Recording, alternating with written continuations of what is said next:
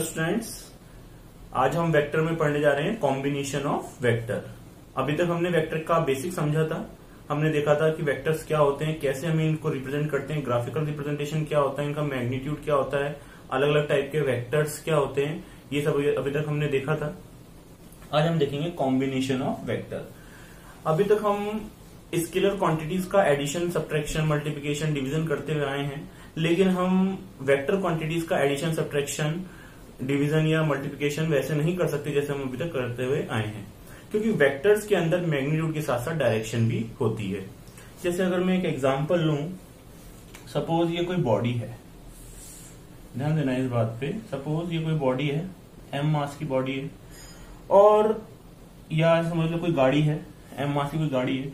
अगर इस गाड़ी पर इधर की तरफ 100 न्यूटन का फोर्स लग रहा है और इधर की तरफ भी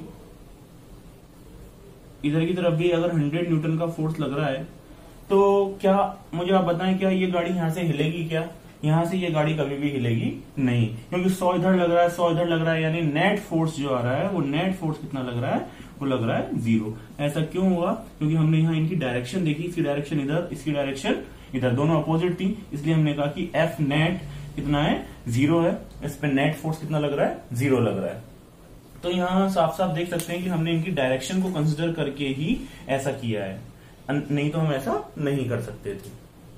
तो हम ये ध्यान रखेंगे कि वेक्टर्स का कॉम्बिनेशन, एडिशन या सब्ट्रैक्शन, मल्टीप्लिकेशन करने के लिए कुछ रूल्स बनाए हुए हैं। हम उन रूल्स का स्टडी करके ही वेक्टर्स की कैलकुलेशन कर सकते हैं, एडिशन या सब्ट्रैक्शन कर सकते हैं।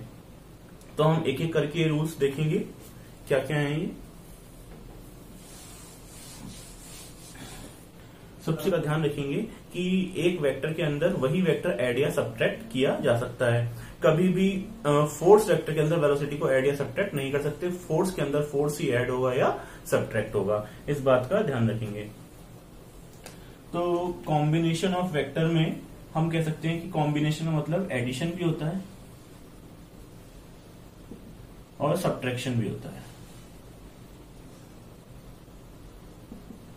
Addition of vector and subtraction of vector, subtraction of vectors. अब इनके कॉम्बिनेशन ऑफ वेक्टर के क्या रूल बने हुए हैं? पहला रूल सुनेंगे, rules of combination of vectors. तो फर्स्ट रूल है हमारा ट्रायंगल रूल।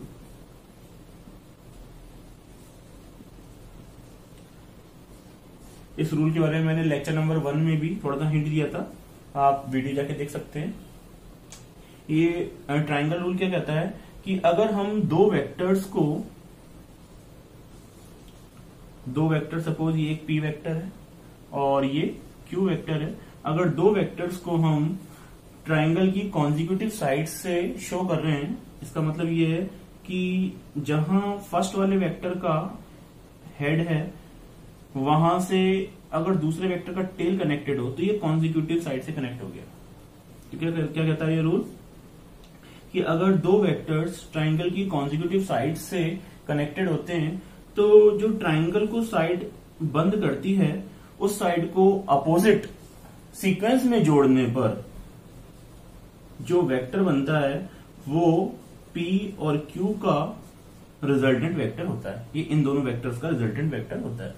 और रिजल्टेंट वेक्टर क्या होता है? रिजल्टेंट वेक्टर एक ऐसा वेक्टर होता है जो इन दोनों के इफेक्ट को प्रोड्यूस करता है, यानी इन दोनों ने जो इफेक्ट प्रोड्यूस करा है उसके इक्विवेलेंट होता है। बाकी तो सुनेंगे, ये जितने भी बच्चे 11th क्लास में नए आए हैं ये उनके लिए है वेक्टर्स, तो थोड़ा सा इसको समझेंगे तो अपने आप समझ में आ जाएगा। सपोज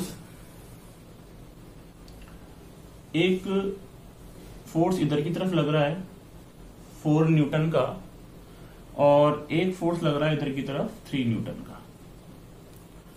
तो मैं कभी भी ऐसे नहीं कहूंगा कि टोटल फोर्स 7 न्यूटन का लग रहा है, ये सिंपल एडिशन हो गया। और हम जानते हैं कि फोर्स स्केलर क्वांटिटी नहीं है, वेक्टर क्वांटिटी है, तो हम सीधा कभी भी ऐसे नहीं कहेंगे कि force F equals to 4 newton plus 3 newton. क्यों नहीं कहेंगे? क्योंकि यहाँ हमको एंगल देखना पड़ेगा यहाँ एंगल कितना बन रहा है, 90 डिग्री बन रहा है। तो इन दोनों का, जब इन दोनों के बीच में एंगल 90 डिग्री बन रहा है, तो इन दोनों का जो रिजल्टेंट है वो रिजल्टेंट ये होगा इस रूल से। अगर मैं देखूं तो यहां हम देख सकते हैं, तो अगर मैं यहां पर इसका मैग्नीट्यूड निकालूंगा 4 न्यूटन और 3 न्यूटन का, वो आएगा हमारा 5 न्यूटन।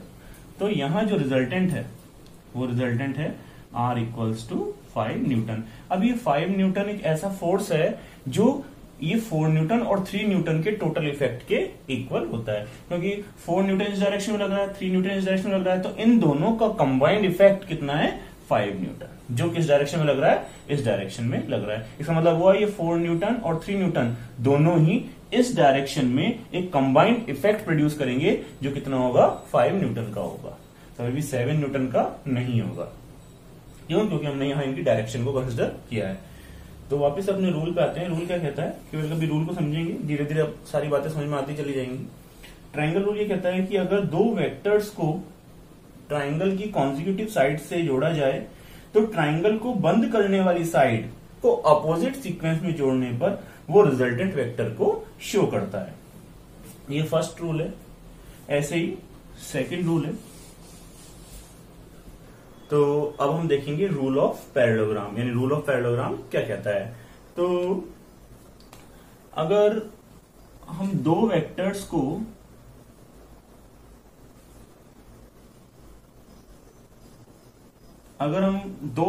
को पैरेललोग्राम की एडजेसेंट साइड से रिप्रेजेंट करते हैं, suppose P and Q are the adjacent sides, तो हम जानेंगे कि ये P वेक्टर है, तो यहां ये भी P वेक्टर होगा।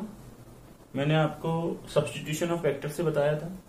और ये Q वेक्टर होगा, ये P वेक्टर होगा। तो ये हम देख सकते हैं पैरेललोग्राम बन रहा है। तो क्या कहता है रूल, कि अगर कोई दो वेक्टर्स को पैरेललोग्राम की एडजेसेंट साइड से रिप्रेजेंट किया जाए, तो पैरेललोग्राम का जो डायगोनल होता है वो P वेक्टर और Q वेक्टर को के रिजल्टेंट को शो करता है।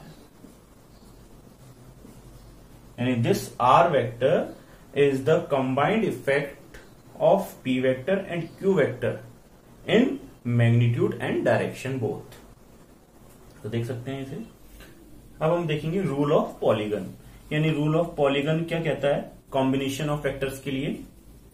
मान लो हमारे पास दो या दो से ज्यादा वेक्टर्स हैं, ये P vector, Q vector, S vector, T vector, हमारे पास ये दो या दो से ज्यादा वेक्टर्स हैं।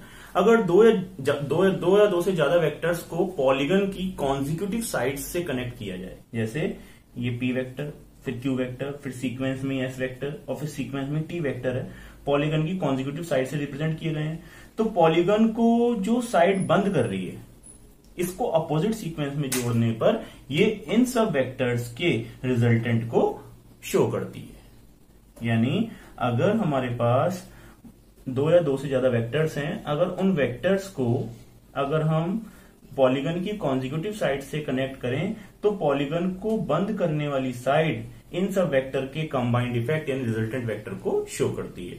मैं फिर से आपको एक बार रिजल्टेंट वेक्टर समझाने की कोशिश करता हूं। रिजल्टेंट वेक्टर समझना बहुत जरूरी है। क्या होता है रिजल्टेंट वेक्टर?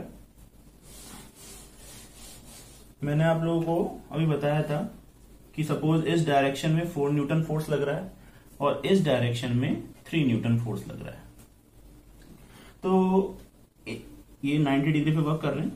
यहां 3 न्यूटन का लग रहा है, इस पॉइंट पर, ये पॉइंट है, और इस पॉइंट पर इस डायरेक्शन में लग रहा है 4 न्यूटन, इस डायरेक्शन में लग रहा है 3 न्यूटन, और इनके बीच में कितना बन रहा है एंगल, इनके बीच में एंगल बन रहा है 90 डिग्री। तो ये दोनों मिलकर इस पॉइंट पर नेट कितना फोर्स करेंगे? नेट फोर्स करेंगे ये 5 न्यूटन का। कैसे करेंगे 5 न्यूटन का?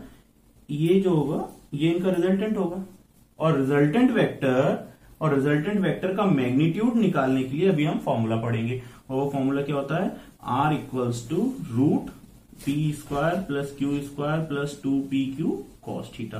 तो अभी ऐसा फॉर्मूले का डेरिवेशन हम अभी करेंगे, नेक्स्ट वीडियो में करेंगे। अभी केवल यहां समझ सकते हैं कि अगर मैं ये 4 और 3 यहां वैल्यूज पुट करूं, P और Q के मैग्नीट्यूड पुट करूं और थीटा 90 पुट करूं, तो इन दोनों का रिजल्टेंट मेरे पास आ जाएगा 5 न्यूटन। और आप इसे पाइथागोरस थ्योरम से भी समझ सकते हैं। तो भी यहाँ कितना आ जाएगा मेरे पास 5 न्यूटन आ जाएगा। ऐसा क्यों हुआ? क्योंकि इस 4 न्यूटन और 3 न्यूटन फोर्स ने, 4 न्यूटन इस डायरेक्शन में, 3 न्यूटन इस डायरेक्शन में, इन दोनों ने मिलकर इस डायरेक्शन में एक कंबाइंड इफेक्ट प्रोड्यूस करा जिसका मैग्नीट्यूड कितना है 5 न्यूटन। यानी ये 5 न्यूटन, 3 न्यूटन और 4 न्यूटन का कंबाइंड इफेक्ट है।